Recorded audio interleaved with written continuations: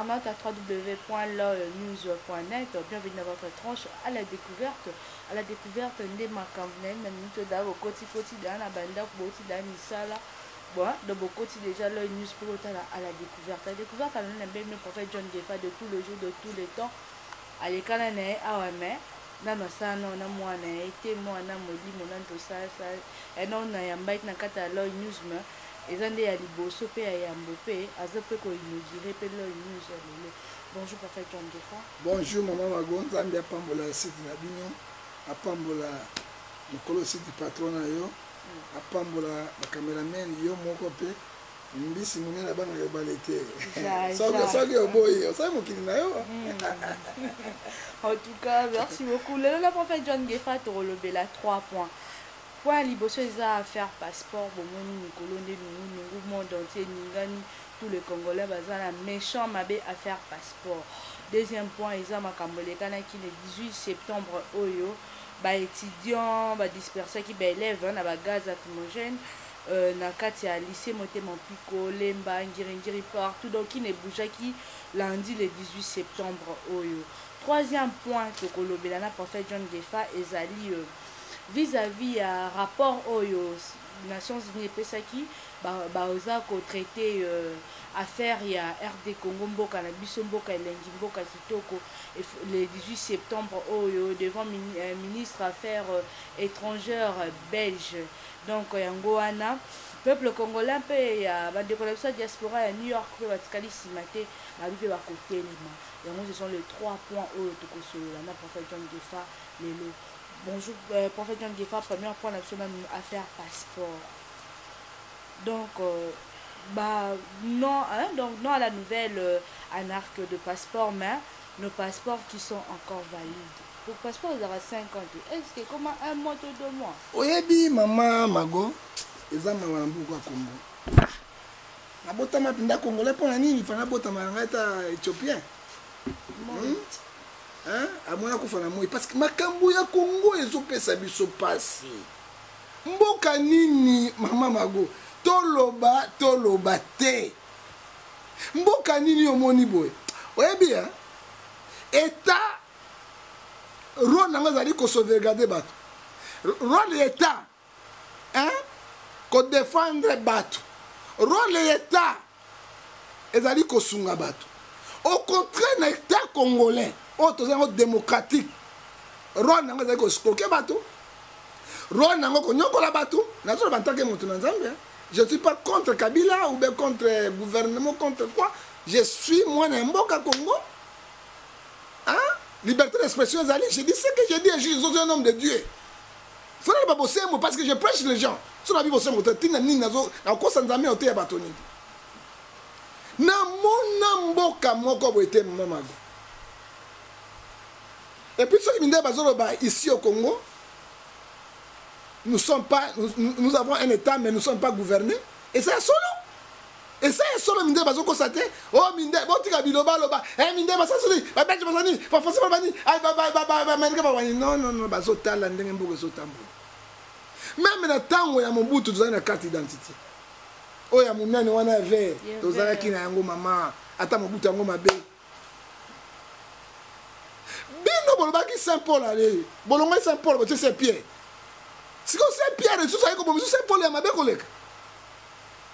Oyebi, n'a pas c'est pas peuple congolais bon. Mais je vais dire la vérité, rien que la vérité. Je suis église au milieu du village. Passeport non, tu as une ordinaire. Balonga passeport ordinaire, auto comme semi biométrique. Ba passeport ordinaire so ba longoli yango tout. Combien de millions et continue na gouvernement congolais affaires étrangères ba mbongo kendeke wa.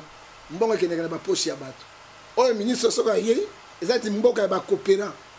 Hein? Ezani ba cop pour ministre à 3 mois, ministre à 2 mois, ministre ezala ka mboka mumbati. Parce que ça va se 3 mois, na bina okena osani, na ko skoke bato. Alors, to comme na semi biométrique. Semi biométrique papa na ministre akende ki oyo Remotibala. Hein, on appelle un vrai diplomate ouais baki. Asa ministre biométrique mais to passeport biométrique. Mais na nos passeports semi biométrique ezali wana. et qu'on continue na ba visa na ngote soki nde etondi bon moto a changé ako changer passeport biométrique ndenge l'état esalaka. Mais lelo je n'ai jamais vu na conseil des ministres vice-ministre azwa décision ya état mobimba ya mboka ezalaka te etitile nero nenzani. Oh, na date telle le 15 octobre ba passeport biométrique non ce mais oya sumba kilobi kuna passeport ko pesa $300 mbongo ebele ce que ba yeba kango $300 pour le passeport le 16 octobre. Le 16 octobre est-ce que bango gouvernement va yeba $300 yo zo futa bato combien ba $300 et là pour la bino basi na bino bana na bino mboka ngo ya bino ekolo ngo ya bino po bozana ba soda bozana makambo nyonso ba deux jeunes mais nzambe ko sukisa bino. Ça c'est l'escroquerie. Hein? L'escroquerie, c'est quoi? Omoni, zo meka biloko na mo ba référendum, ba nini zo simbate, pour na ba casser opposant. Ba casser ba tuba bimate. Hein? Ba pesi délai moko le 16 octobre et ça me soute parce que ba rassemblement a kobima lisute, a okende soute, ba Moïse Katumbi, ba ko soute, ba Sidiki Dogolo, ba ko kota soute. Syndicat Dogolo bien que Sidiki. Na syndicat na syndiki na syndicat tonyo so bango na bango mboka kombo mboka ba kombo na kombo na bina bien mboka kombo na kombo Congo zaibo ba Congo et comme c'est Congo central lobe comme ni Congo buluyeke mboka ba buluyeke na ba buluyeke hein osoko mona mama tika tolo ba vérité na bolingo nzambe tika tolo ba vérité na likambo nkola zo sala tika tolo ba vérité likambo eso sunga batu ezali ba compte rendu ya gouvernement zo frapper ba opposant hein parce que bazwa moyen de fimbo et puis bazo frapper lisusu ba na poto ba combattant ba ya lisusu awate batika la kuna les frères nos frères na soeur oyo bazana ba double nationalité bazwa le soutien. Est-ce que ça l'a ndenge wana osomona un escroquerie totale et chef d'état ne parle rien chef de gouvernement azolo baté pas ata étiquette yango hein azolo belo ko mokote vice ministre ayeko don la gangi mboka ya bagangi trône nde wana gangi azo ganga na mokili trône nde gangi bango ba gangi te pourquoi ko yoko le peuple congolais boy ça c'est l'escroquerie totale yoka basala boy on est ba luka ba passeport wana ba biométrique na oyo ba ko sala boy basa no carte d'identité hein non pesa bango mesure na osala basa no carte ya identité hein toza na livreté hein bango banana livreté maman livreté directement que la passeport biométrique livré parcelle t'es livré ba ben ngo livré carte d'identité ba ben ngo livré et là comment côté ezani li pona ko casser ba biso ba batoyo o ba lobaka la vérité beaucoup la mort de Jésus na kufa kala na zika kala na Yesu elongo bo zo kati nyango te. Quelle injustice, quel poids des mesures hein ba ko sala bo so bo bo biométrique ba sala ka bo prévoir gouvernement c'est prévoir bon la passeport à bino sur kala bozongi si yango to pesi bino asika bozongi si yango nde basala na carte d'électeur bozongi si yango basala na carte d'électeur loko ba yebi dans 3 mois bazo tio la bazo kende trône na tombuki qu'est-ce qu'il faut faire commerçant na bango des peuples congolais est-ce que mboka ezaka ba commerçant bo ba commerçant na carte d'électeur ya mboka na ba ministère ba commerçant hein mais ça ma wa mingi kongo ko ndima ngo soute likambo e comme à niveau international et ko comme à niveau international ba kata so likambo parce que ezate que bozui bo konya mindoki bote ba yanké na ba place bo sali makambo na bino bozo continuer souffrir peuple congolais non pas jusque là ça c'est l'escroquerie totale et puis ministre Zobangate azo le na télévision pour a koloba a expliquer batoni ya na vice ministre alors titulaire te ozo mo za copie na bango congolais lobi non tolingi subilo ko wana te bazo ko élection te bozo ko shinaka ko zwaka ko botondaka te bolembaka te mboka ngo za bino na suki wana mama en fait on est face suki wana mais le réseau ça la passe le biata Artemis Ngiangu na Raissa Ngiangu Florette là là-bas bien ba passeport au DG baissé ba on vaut $300 et belé mais maman $300 et un bon combien yo zo futa moto $40 $40 $35 125 000 francs docteur 125 000 francs na kata campus na mama emo 125 000 francs ça quoi ba $90 accepter 5 dollars. Mais si tu as passeport, on va 50 dollars. C'est ça. Hein? On va te transformer au lingi, so bolingi. Ba to ba lingi Congo te. Hein? Ba ebesika ba uta ba konza ba konza. Ba lingi Congo ba komi na suka ba le suka. Mais mboko ngo ko CP récupérer ngo. Mboko ngo CP go récupérer ngo. OK? Ba sika bomba mboko na ba étranger ba go récupérer ngo ya mbongo Congo. Pourquoi tu as 20 dollars te? Pour effacer ba tu sur le point. Ba wiki 300 dollars. 300 dollars mbongo ebele ko ba la mwasi na 300 dollars botu ne bana. Ah bon? Biso bangala to bana combien? 100 dollars bali mwasi. Ngala na mungala. Naza mungala na moyanji nazali moluba. Nazali moto abandundu moyaka. Nazali moto ya moswahili.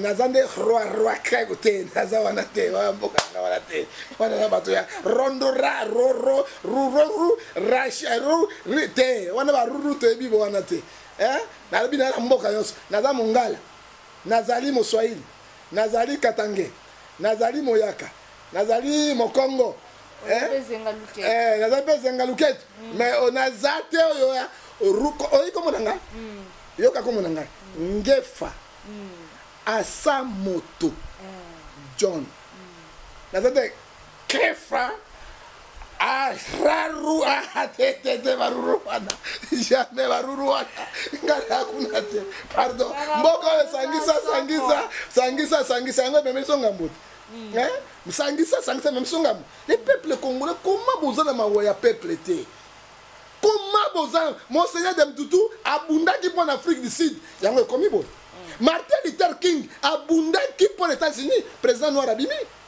Hein? Pourquoi pas John abunda pour le Congo? On disait la vérité, je ne suis pas contre. Ceux qui va salir malamou bien, ceux qui va salir malamou té. Il y a quand même 10 minutes, attention était. Donc on va négocier. On négocie avec qui? Avec le peuple. Avec le peuple, on va négocier, on négocier nini? On va négocier avec les escroqueries. Hein? Vous escroquez la population? Maintenant après on fonde dans ces pays, et ça m'a bango pour le Congo. Na kofunda bango wate awa ya gouvernement bango ba PG na bango na kofunda bango na ces pays au nom de Congo na samba na bango na mindala bozo tika biso pona ni ba pe Afrique bozo tika biso pona ni hein attendez ba zwa ka bato ba yiba ka bato ba souffra ka bato na mona gouvernement moko na hein ouais bien maman et puis ça me passe bana na ngai ya basi ba sonaki na voisine na bango wana bakei bakofunda bango bataki komona nga liboso il faut mona plus de 40 soldats bayiranda la mort mais natuni bango mais je suis congolais je ne suis pas rwandais burundais je ne suis pas éthiopien je suis congolais mona mboka mais bana boko bango 40 pourquoi bakia kombo ya ngefa bakia kombo ya ngefa kasi nde mbongo batula bazwa peloko te bon oyoki batula oyo bayene confrontation ba soda bazo welango mais guerre kuna na Ituri ba koma te ba bunda ngadi na Kasai kuna eloko te ko bomaka bato na tuni commandant mais et puis chance dans les années commandant a samisa biso aki mungala mais il m'a dit la vérité babi Teresa qui miné makasi mais bikambo ya mboka le ko za pinde ko nga mungala na ko défendre l'autre na suka likambo lengo ya bana komi yanga poka pona nini na lobaka vérité osoma pesa ngandingo wana est-ce que justice ça bon hein est-ce que bango justice te biloko nyonso bozo iba peuple te wapi boko iba peuple te wapi alors fait passeport dans nzambo asali biso asiliki dans nzambo asiliki ça la passe minimum on va faire passeport pour te dire que président Joseph Kabila Monda na déjà il y a aussi là azo sala juste kaka intérim même ça c'est intérim maman hein ba ça intérim moité hein azana posa il kamususu hein tango mandé sili au moins opposant tango ça ne opposant ba Congo te nani mais Kabila président Kabila nani Joseph Kabila Kabange hein et puis au moins bino trahi mboka bino opposant ozomona na ko wela ba pouvoir parce que Kabila même les lois illégitimes. Il faut dire États-Unis comprendre l'Union européenne tout va être illégitime. Azana droit ya ko kamamboka. Mais atambola ki na accord oyo mbongo etambola ki bateki mboka. Bon on n'a pas les opposants. On a aussi des coopérants. Même les lois bango so ba komi na la place ya Kabila. Et vous a pris plus ressources. Et vous a pris plus ressources. Au moins que diaspora moka longa kuna ayo kamba biso. Moïse moko mais Moïse Katumbi te. Parce que Moïse Katumbi a congolais te. ozomona Moïse mosusu abimaka babiso pourquoi pas omoni eloko bosalaki dialogue ya Sylvestre dialogue ya 5 ans omoni bapakoli biso pulu nelongi obenga pulu nyai nelongi bakobima biso ndenge nini passeport yango oyo kale monene bakoyi biso ndenge nini passeport yango oyo parce que tobimaka na bakarte électeur te to na livre te eza passeport ezali kale monene aner DGM présidence de la République gouvernement pour casser tous les opposants wana ok le 16 octobre fini si on a vu passeport de demander le ba mindele basa eloko mususu basa toli kango mususu soki basali yango te esili na epsa ki bino 2017 18 élection ezate 17 élection ezate esili bazwi ba plan na bango suka na yango na lobaka likambo avant bazokende na luka référendum référendum comme ngolo référendum comme ngolo ba on a référendum ni il faut changer la constitution l'article mosusu débat de veriam président ça troisième mandat au moins na Kabila sur propagande c'est ça pas ba na mutute na zo bisa bino lelo bo kondimanga so ki peuple a calé yango te bo continuer si la kate bo continuer ni o si la kate libala kutu si la bo continuer ni o si la kate yetu ba na mokili après 30 ans kufi akaina ye atiki na mokili libre o si la kate ndenge ni ata mobuto ngai kaka boite oyo kaka ndenge nini non ayebi yango yango monike baosaka bakale mais mayele na bino eza nzambe te oyebi Somme 33 verset 7 de l'Obéi, Dieu renverse le destin de toutes les nations. Ce n'est pas une grande armée qui sauve les rois, c'est Dieu. C'est Dieu à Sandi Bin. Vous n'avez pas Sandi Bango, mais c'est ça là. À Sandi. Bah mais quoi, c'est mi temps, mais oui, mais on a passeport et quand tu es à niveau international, on va payer mon sous et comment on a déclaré. Bon ça doit être biloko mo bon voyage à Nango. Parce que bazo ça bon ba yebi que RDC za pays moko hospitalier to yambara mutu nyonso.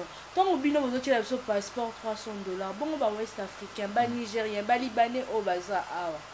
Bango donc ata za de 100 mukanda mais asa nini avani na kati ya Congo. Mais nos frères et sœurs au baza libanda bakero luka pona mboka bakena musuko tanga po babunda pona biso bozo koka bozo tshela bango passeport $380 to €380 po ba ya awa ba oya kotonga ni même bozo teka mboka et pas ba étranger ba ya kotonga po boyebike na chaque fin du mois bozara na ba prime na bino ba nini na bino ba pesa rabino donc c'est pas opération retour et ça bien été. Et ça bien parce qu'ils ont comme ça ngai moko lobi na ndi ministre vice-ministre affaires étrangères azoloba avec arrogance papa pengwe bwana mbambe bwana na likolo nzete ba beti lo kese ya kufi ba beta pe kokodi ya oseka beta kokodi ya kufi di banga li beti chakunde ko sekate avec arrogance to sécuriser ba sécuriser ngani ba zo sécuriser ni ils ont pas de bateau. Aïe, dans 3 mois. Donc, on a dialogue. Il y a pas de dialogue. 2 mois et demi. Il y a pas de 2 mois et demi. Il y a pas de dialogue. Il y a pas de dialogue. Il y a pas de dialogue. Il y a pas de dialogue. Il y a pas de dialogue. Il y a pas récupérer. Mais les mots Tibanda, c'est une solution bien. Bateau, un passeport biométrique. Ba rejeter en côté. Ba continuer dans yango. Ba faire l'état de continuer. Ouais, besoin de rater. Mboka tonda ba décision et tonda kamboko ya Congo na éviter. Na éviter pourquoi bon ça la biso boy bon ça peuple Congo to kufinanza kureza la gâté mais la gâté l'école les la gâté pe bozo pour masutu na passeport mo to ko ngeta na mboka poto o leta mama mo katanga na tango na le ba passeport na ngai bona na semi biométrique et quoi comme net na zo ya mama mago na zo le que passeport na biométrique semi biométrique na $300 et quelques na ce sous passeport mo sous wapi na zo le là maman m'a papa ozolo bana ni maman makamba Congo le kelinga Kabila na batu na ye bazo nyoko la biso lokola au moins ba belge bazonga ndika moni abi maman na passeport biométrique semi biométrique siko $300 ba China ko zwa wapi oh papa ko tanga bon libu mona maman libu mo typhoïde kimbuta bominga na basolo oyo oyo nazo melaka ndeti awa typhoïde na 9 plus kotala maman ko bomanga papa typhoïde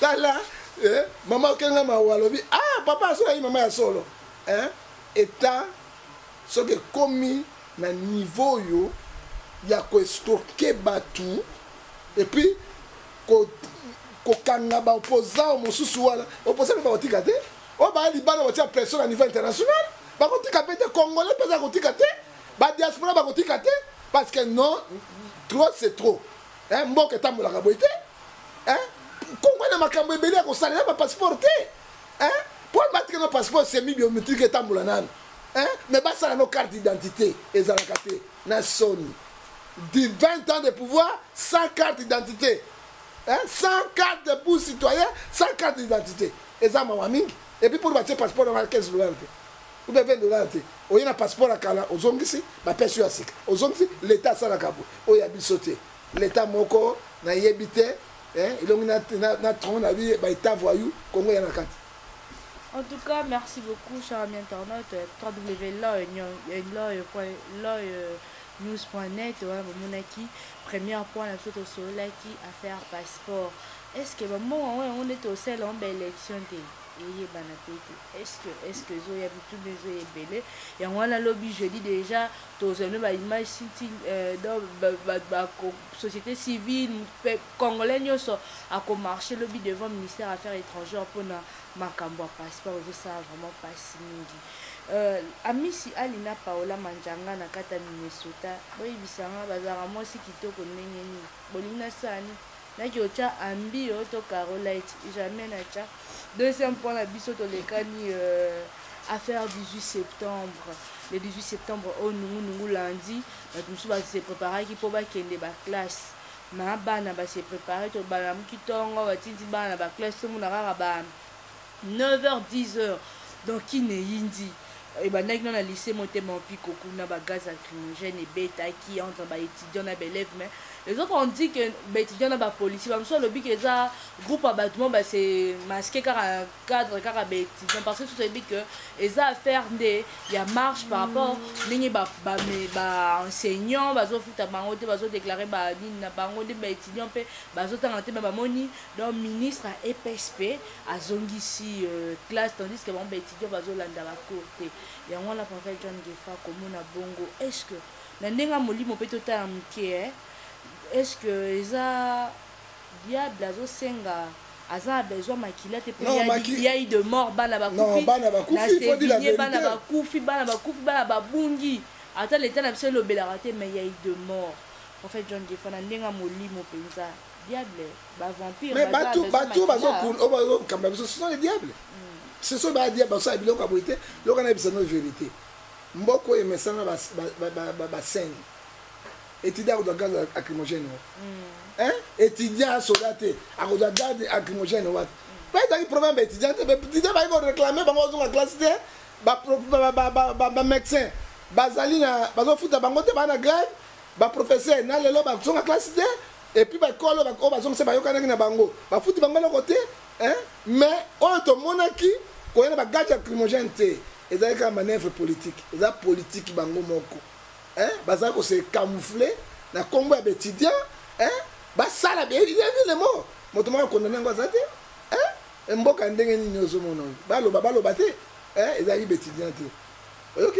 Ils ont eu étudiant te bango moko. Au moins ba mouvement ça ngo 4 unions sango, o ba ça. Souka nango peuple a tranché. Dans le référendum wapi chef de quartier moto MP bougumestre moto MP gouverneur sa moto MP député bango na bango ba gouverneur région oui bango tout ya bango ba MP na bato maboma bino ko zongo on mona ga ba kelo constitution lo bibo oui et l'équipe président Kabila de sous troisième mandat et là on va zo lukango yango boko yango sila kate likamoni e bandela pena sukate. Oui, le président africain a la Cameroun. Il faut être comme le président européen. Il faut respecter la constitution, respecter les textes. Pourquoi on veut respecter les textes? Mais non, comment il papa, moi la une belle hein? Est-ce que vous comprenez un côté? On est dans la manœuvre, on a pas bobi ban battu. Ban babungi moi dans la carrière na moto rapide na ko récupérer boulou comme la ville à Kinshasa. Alors et ça la kayo mona etani. Et ça ça ni état congolais a gouverné. Ok, tous la sécurité à mon côté. Ok, nous sommes légitimes. Président Sénat, légitime. Sénat est légitime. Parlement légitime. Président, il y a Parlement légitime. premier ministre bavana légitime, président de la République légitime, hein? Babougumès bavana légitime. Mboka ya ndenge wana ezama wa mingi. Pourquoi tuer les gens? Ko bomba même bano ya mike pona nini? Bango basali nini? Travail était ça quand nango te. Alors tu banque bango ezali politique. Ezali bato ya pouvoir. Pourquoi? Bagage ezali déjà épreuve. Bagage lacrymogène o ezo na Liban, o ezo na Corée du Nord, o bazo tinda ngo awa, hein? O bazo kata bazo bois kazo boka. Ce que tu dis ngo zonga, asala ka ngo te. Hein? Les preuves sont là. Bana istaku basa ba cocktail molotov wana ba essence la. Bon essence mais wana ezaki bien ya mundele. Oya wana ezaki bien ya mundele. Hein? Oh ça va aventure na bango. Et puis il y a quelques heures, auto stabiliser sécurité. Bah tu quand tu stabiliser sécurité. C'est vraiment bon que ça m'a boulu moi être un référendum. Papa il y a retour na lobaka na komo na Yesu et ça les marque. Peuple congolais vous font la mise. Référendum te condimate. Bah élection on a boulu yek. Hein? Boulu yek ils sont simbaté. Pour que na référendum. Hein? Il faut être comme na mboko ya demain. Togo président demanda ngasa boulu yek pas question. Bazana bango mbamba Congo. Hein? Nous ne sommes pas dans une situation de haine. Pour la bonne façon de faire. On est dans une situation de haine. On a un soda, on a un asem, on a un sangu, on a un bandika, on a un banga. Mais nous avons une vérité. Botika va ventir, vous savez, la mboko parce que nous avons ça. On a beaucoup ça tuer au Simbaté au nom de Jésus. Vous savez, et puis, si nous avons l'élo, à cause Sambisa, présidence de la République, à cause Sambisa, bateau gouvernement. Ako sambisa ba député pe ako sambisa ba opposant nzambe apesi biso biloko nyonso mais boye boteki yango isokende et peuple comme qui souffre hein et bato nzambe balobaka te ils sont là hein ba bandi ba lia mbongo batonda bandoki batonda bandoki hein bato ba science occulte batonda wana ils ne disent rien hein mboke kende ke boye bravo catholique ba télé ba lancer voix na bango et ba église mosusu ba communauté mosusu yango wa ozomona ezamawa ba moro bana su bakufi pe bazolo belango te nzambe akotuna makila wana na bino ba gouvernement na suki wa en fait on defa suki wana mon boss Guilain Lokenye balobi groupe Loy Pezala wana mabilo éducation Loy agence Loy sécurité nyonso na kata Loy News TV babi vraiment mon sala quoi. Et puis, on a passé la troisième point, la biso, à faire le 18 septembre, 72e session il y a Nations Unies. Donc, respect des droits de l'homme, Fouezala, Babi. Donc, au monde, Kabila contre la diaspora congolaise. Félix Tshisekedi, Moïse Katumbi et syndicat de Kolo. Presque, Bango Nyos, Bakozala, dans cette 72e session, il y a Nations Unies. Mais la grande surprise, la biso, plusieurs familles congolaises s'est mobilisées pour participer à la marche pacifique le 22 le 23 septembre à New York devant aux Nations Unies. Visite pour éviter la visite de Joseph Kabila. Donc le 22 on a Trump Tower, besoin États-Unis pour éviter Trump Tower. Donc babi le 23 on a un siège des Nations Unies. Babi na kati New York bus déjà ezo ta Canada, Californie, Washington, Dallas, Boston, partout d'ailleurs bande on a biso congolais ba télémi pour en tout cas nous vous disons vraiment merci nzamba zala ba koko na biso kimbango na bazala na bino ba télémi ba pesi na ba ndaku na bango bazo yamba bande ko na bango ba congolais babi ba ko téléma le 22 le 23 na ba kaliko pour dire Kabila dégage, c'est fini. Fini les tueries, fini ses enfants orphelins, au Batikali, à Makile et Tanguy. On n'a pas fait John Gefa tant qu'un homme de Dieu. Au Balobakabamsou, comme les autres artistes qui disent, hein, aux États-Unis, vous n'avez pas de combattants, ça a raté ce qu'on met la Kangyo, mais non, ce ne sont pas les combattants, mais ce sont nos frères et sœurs. Oh, Télémi, pour pas bounder la mboka na bango pour dire que Kabila dégage. Maman, au moins, les Kambo ya mboka, ils vont répondre à combattants. Oui. Ceux qui mboka yotambola mabe kuwana yo toucher mais bandeko tu bazali banda lelo yo ceux qui lelo ba diaspora baza ko Singapour na nini bango ba doit charge la république na maboko na bango au lieu gouvernement place ron na bango ni bakimbuta ko chaka mboko na poche ron na bango nini ba ministre Tibal ba mbongo na poche motabeli mbongo tu na poto oya sai bo tu États-Unis ba ko sindika parce que gouvernement ali incapable. Et puis mboka na biso biloko nyonso ezali 153 minéraux non exploités. Mboko ezali vierge non exploité mais bango bazo bénéficier non peuple na peuple.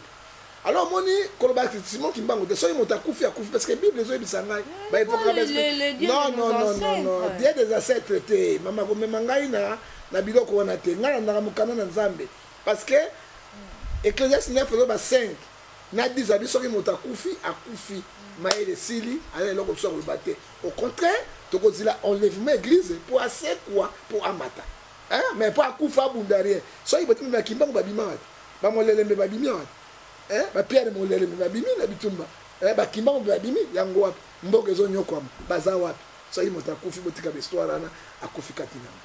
Alors naiko babwe bolobi ba combattant ba États-Unis non nani bazo yamba ba kuna non ba moni ebayi eleki mais ebayi ba komi na ma gouvernement maele ya pelengendu pelengendu de maele mabe ou bien poloso ezali maele mabe lingala bakanzi pelengendu tazani moto ya maele mabe gouvernement ya pelengendu gouvernement maele mabe ba moni ete gouvernement ya batondi wana ozomona bakosala ni oyebi ne baye États-Unis kosala ni bayebisa Kabila ete tika na yo tobaye yo tolembi parce que Mobutu babayaki bango balinga okende honneur te mpona ni pourquoi ba chef de l'état africain balinga okende honneur te mpona balinga okende kaka bitumba bakangi yo basabote yo bakangi na CPI osambwe babotoli tout parce que ezali pouvoir bazwaka ya makila ya mibale Moïse Katumbi Sediki Dolkol Mosuna na Keguna Félix Tshisekedi Kabunda soki azongi noki ate akoza passeport te akomaisu atikali kuna poto ifazonga bazonga mbangu sika Moïse akoza passeport wana iko bazonga mbangu omoi ndenge bajouer bango yango omoi babongo baloba lisano ya jikolo tikelo nkema balobi ete lisano ya likolo banyama bazebele mokombo so azali même ndeka azala likolo même oyo ekirei azalaka mais na banyama sote makati mpe bazalaka mais spécialiste ezali makako akobeta soti abeti mokole abeti mokalima ntyangi ya kiti makako ya spécialiste omoni jia basinge au pouvoir ezosala yango mais bakobuti na pasi parce que bakoki kotelemela une nation te nombre ya basoda bana Congo ezali 100 fois plus ebele que population aleki bango nombre ya population bali bana mboka balebi nombre ya armée congolaise yao ozomona mais soki bazosala ndenge wana na mwimbo kosukaka mabe pa près de 30 ans kosuka mabe bakei koyebisa bush nini bapoti kuna nini mais batrompe nini bakei koyebisa bango ete tolembi tobayi sikoyo toyei na mondumbo mondumbo ezali nini nzeto babakaka nsima kuna so babakaka nsima mba babengango mondumbo donc wana kate asuka ozomona Nairobi batambolaki mutakala batambolaki mutakala bamama awa batambola mutakala ezolakisa ete fini la récréation fin ya pouvoir oyo ekosala esu eloko te bakosala ça boutira mal parce que quand le peuple crie nini ezobisa biso na proverbe 17 l'éternel écoute il dit que c'est prière soka Nzambe otala biso te otiki biso bote yango moni confusion Nzambe alobi na Deutéronome 28-29 moi Dieu je vois esprit de garement que personne ne peut le sauver yango apesi bango ba esprit de garement ya mibale baninga tu bakei na soni Kabila kena il déjà saboté akei na Katanga akei na Kasai kasi parce que il est illégitime pour les Nations Unies na ministère affaires étrangères belge bako traiter dossier RDC na ba président na bato baza légitime maman oyebi trône azali motina ni na Nzambe ezaki Hillary Clinton na leka personne ne croyait que trône a koleka omoni Nzambe a bouleversé mayele na bato trône a une mission attendez 4 états voyous na monde oya prendre bango en charge ya liboso Corée du Sud pe bisi bango États-Unis azongi na force na ye fort l'art biloko nyonso abi akopinir bango kaka neutraliser bango. Deuxième état voyou Iran, il faut atika ba arme nucléaire na ye 3e Venezuela. Hein? Il faut 4e Congo démocratique. On va pointer 4 pays. Congo, il y a 4. Et puis, trône, président, ils sont fous de tout. D'ailleurs, ça, on a tout un bon côté. On fait un milliardaire. Aïe, Kozong, ça va tout dans là. Hein? Ceux qui ont tellement Corée du Nord, Pyongyang, a tellement Venezuela, a tellement Iran, a tellement Congo démocratique. Et là, on dit Congo est poussière. Si fort. Aux hommes, on a enquête, il peut unir les salles. Hein? Oh, on a eu Batona, na Canada. Hein? Oh, on a espère onusien. Bango bazo place au côté là wan. Yami ba bomi 25 Burundi à la frontière. Guerre mususu ngwa. Est-ce que ba côté là ngwa? C'est comme gouvernement de ngini. Et so l'accepter Kabila qui te va saboter bango. Le quoi a saboté bango? Bango ba relaxer. Même a dit non, il faut président faire étranger il faut y mon chef de l'état. A kende ba alors ba dossier ya Congo. Ya kimia ke na Kasai. Mais ba kufi kuna ba bomba bango. Kasai aussi c'est cope en moi diamant. Bon cope en moi diamant hein. Batoyo basalaki bango justice te promettre biso to kolakisa bango polele. Yo mona bango. Yo mona bango to kangi bango to kangi babmi amalata berli kambo. Clement ka kolata berli kaka boy. Ba to kolakisa bango bo samisa na lelo samisa ma ça nini bango bon connaît bango bato Kasai et puis ba ke oni ayebi c'est pays ayebi. Bazo fungula ba dossier donc qui s'est pas fungula dossier ya Burundi ako fungula pia Congo na bespère na ba yebi yango siko bazo kende kuna botera makambo bazate bon ça pardon quand ça c'est manqué avec le peuple congolais au bomi bango oyo sanga su bango pardon ezalaka ta mokolo moko te ozomona tala makambo chef de l'état zo sala makambo ko la mwana muke hein o lelo yo ba toka Paul Biya bazo kende ba président nyonso na moni mutu moko to a fait étranger ke kuna te est-ce que chef qui tu nous a présenté na monta que na vu premier ministre na aucun chef à gouvernement na place à président il y a Tibala on voit ya étiquette étiquette ya pamba ezokola on va bien ngoni moi kaleso mwana muke ezanga na valeur te ata basuke kaleso mwana muke ba tiata monta ko lobate mais kaleso muke bi fumangane za wana na suki wana wala bi fumangane za wana suki wana mama na suki wana ozomona ka mboka ba vanti to ko suka mabe le 31 pour nga conseil on peut sa président a déposé à sa démission tout sa transition ça Kabila hein transition ça Kabila avec l'auteur de Nimo avec l'état de Nimo quoi ngata moto soit bien son tété na tire ko se prendre na yango et pour mane ba mende ba okima mbango awa akotika sapato moko na boyo ko mon non lenga ko suka okima ba otumba ngona na moto likolo. Merci beaucoup la Bézi, merci. Et pas frère Nabiso, soeur Nabiso, combattant, grâce Nabino qui est le nom de RDC, le monde entier comme le Belango, président tout européen, tché vraiment Misu na kati RDC pour Nabino Badeko Nabiso Bozana Mboka Ngele Kuna Bozo Bunda pour Nabiso. En fait, Jen Gefa, comment la mobilisation, il y a des Nabiso Bazo vivre à diaspora.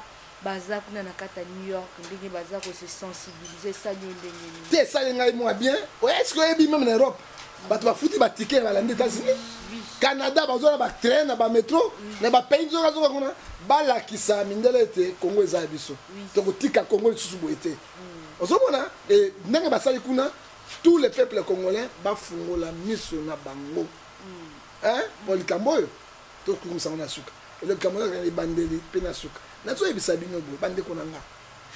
ans de pouvoir et bossali et l'autre côté. Attends, 5 ans pour ça. 20 ans pour ça et l'autre côté. 5 ans pour ça. Hein? Au moins, il fallait bango bakeni. Bango suba kota, ba idéologie na bango, na makambo na bango. Oh, bango basalaki, gloire à Dieu. Bon, musuba baksambo ke tambola ndengo. Mais la bango comme na suka.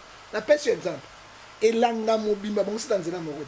Banzela te kufi. Tango ba mbule ba niko buka ba ina mwa zelo ba bwaki mabango tuzo sa constitution. Zomona ka ba makambo ba gouvernement skokeli. Hein? Ngai mokono ko mapoto ko solo na ba diaspora na ko sa tout Europe mobimba j'attends patindi ngai ba qu'est-ce que dit ba invitation? Hein? Na ko attaquer moto na ndamna ko panda ko ngote mais na ko zongisa bato mingi na nzela. Hein? To lembi et lembi peut to komina suka. Pas si ngo continuer te wapi. Hein? Bon lozi ngo continuer te wapi.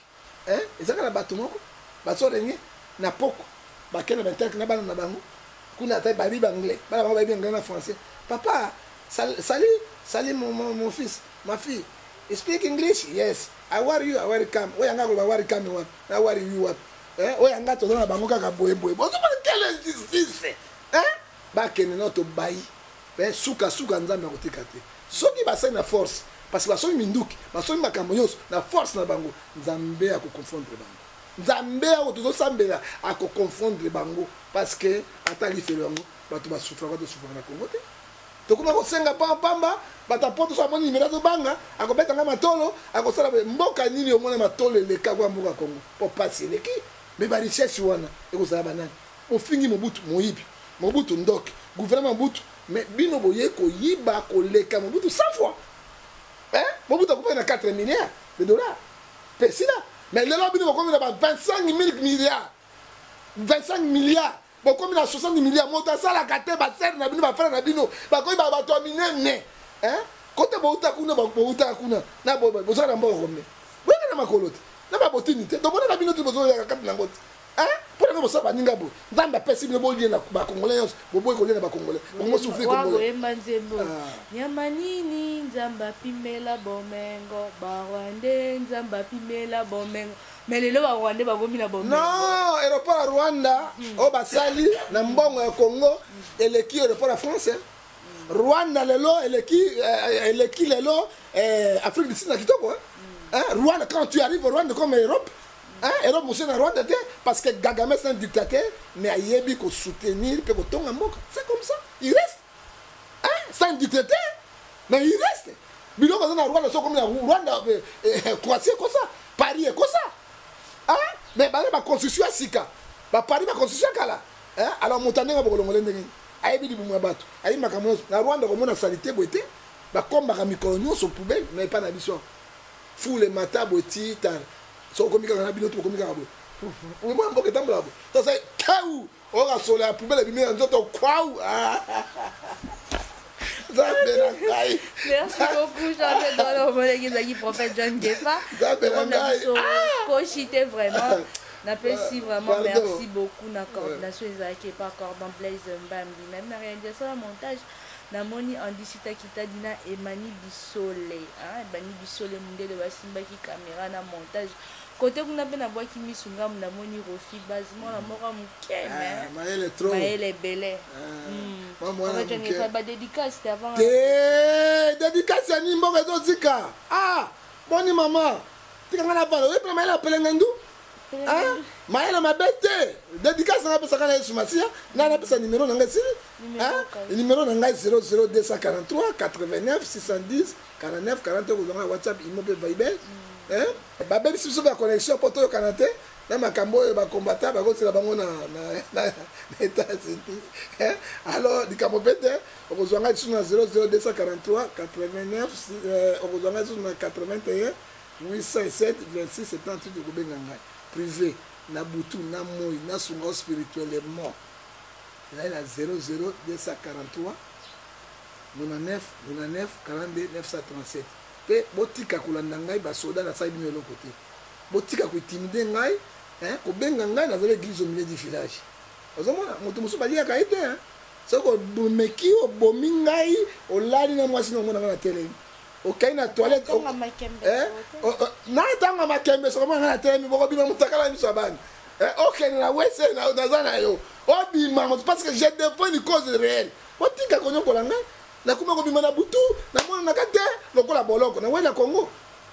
Congo mboka na ngana kutika te Nzambe apambola Congo démocratique apambola ba diaspora yoso apambola pe boyo ba soutenir pe ngai spirituellement physiquement loboko na Nzambe zakati na bango na suki wa un mot pour la site na biso là site na bino bazui vraiment ça vous mati patron na bino azui combattante monene banga raté et puis mission est à la marine so ko bossa mokili na yo vraiment na tsanga ba plateau à site ba rappeler ko futa batu ya site malamu parce que bino nde botambola ko mona zinga na passe oye erni avec beaucoup de sacrifices to na ko yamba to na ko yamba pe yote na ebite so pe miko ngo tsenga poison na ebite na ebite yo mutu na nga so ko bominga tali yo kakati nayebi te mpo ekoma koyamba pamba te nzambe apambola ya pambola patron na bino naza site oyo okende mosika mpe okende liboso parce que namoni matériel na bino naleli yango fort donc mpenza aza patron ya solo namoni mpenza badigital nzambe asunga okende liboso mpe loboko na nzambe nalingi bino mingi okende liboso parce que boba motema pour lelo amen. Amen, vraiment, les amis, prophète John Gefanga, il tant au lambara bilo scellé d'ivoire, au moins des prophètes John Gefato qui impresseur clone de Bassi, au moins des prophètes John Gefato qui est la kisi qui est biloko penze beli lelo kitoko. Merci beaucoup na mon boss Guilain Lokenye babi moi là, donc biso tona soka ba mwindu bo ozala pa ko la Carole na koma lokwa jamais. On a encore chance azune longité sima jamais na chana ozaka boy. En tout cas, Missy Alina Paola Manjanga na kata Minnesota, vraiment de la part de mon boss Guinée Kenya. Babi Patrick Ochinga, Babi Delta Security Service, ya Patrick Ochinga Zawana, Patrick Chibas Lourd, Nanga les grands charismes, na moni Papi Maïbelanga, Empire Basket number 1. Après Simbote pa ya Papi Batia, Babi des bonhommes Lissanga toujours, Bambote Bele pa évangéliste Guillaume Massibou, Babi Nakata London City, révérend José Paul Glory Nakata États-Unis. Babi big boss ponda kipoyi babi emani biso le mundela bina na pese bandeko ne bazana États-Unis na France te États-Unis emani yo boyena ngai Patrick Aloleka Jano Bisole Mina Loleka na Glody Sekola na kati États-Unis de la part de Emani Emani Bissole. Merci beaucoup pour tante chérie Nanga, tante Choulouzo. Le moment de c'est ma personnalité. Maman Bibiche Noka, Micho Noka, l'homme de cette fois-ci. Napesi Bambo Tepe, un grand job. Babi Babon guérison, papa. Zamba Suno, Zalara, Tibiso Toroniatara, ma belle, Wana Toroya, Arara tourisme. Ma point de presse, Tobanaoya. Pour bisonner à Congo, on débute le botin d'Arab Soto Tongara. Donc, on entend le tourisme. Mais tourisme, dans une zone, prophète John Gefabi na ebalete bisaminol ke balena na yo zanga koma pembe na koma nga pembe te yu bino badoza kitoko nza bapesa mino kitoko biso ba bena biso totala makaka il faut koyeba ba valeur am butonga oselo musala les mon boss Guilain le Kenya vraiment bien ebi valeur et mani ayebi valeur en d'ici ayebi valeur à cordon Guilain Bambi habité ayebi valeur ya bajournaliste toi l'œil nous abi bombo sala musala ezarande boy papa apesa rabana bolingo mais papa kanyela rabana motema te en tout cas mon boss Guilain le Kenya wumela babi l'œil news groupe ezawana groupe l'œil ezawana l'œil éducation l'œil fret yo ngoti na prophète John Gefa au matériel oni ko ke musika te numéro na biso ezawana les États-Unis, bureau de agence César, leur éducation, leur sécurité, merci beaucoup pour faire John Gefanga. Tout ce que c'est à moi, il va m'en rabamongoter, pour m'en tout bas, c'est Mbombi la kolote masanduku. Kwa bilo sako, mpaka chone ona mbombi la kolote masanduku nini? Soko finginga. Ye baite motemi ya sanduku mbombi. Ata na limbisi yo nyoso te. Oyoki? Balobi susu abini ibata ko bakele. Wole babanza ko. Balobi medi bata. Azana ba fesite. Ndamba pesa handicapé ya kobotama. Na rolo bate mani biso la rolo bate na bandika lo sa musala. Yo ne continue ka ba faux face compte ba faux compte finanga. Mais babi Guilain le Kenya boss. Est-ce que vous n'avez pas boss à la boss Guilain le Kenya boss te kutali mbalasi ba abonnez-toi à l'œil news ba mbote na bino ba abonnez-toi à John Gefa TV ba mbote na bino boya ko s'abonner vous ne serez jamais dessus na kata à l'œil news na John Gefa TV by Top 10 mbalasi.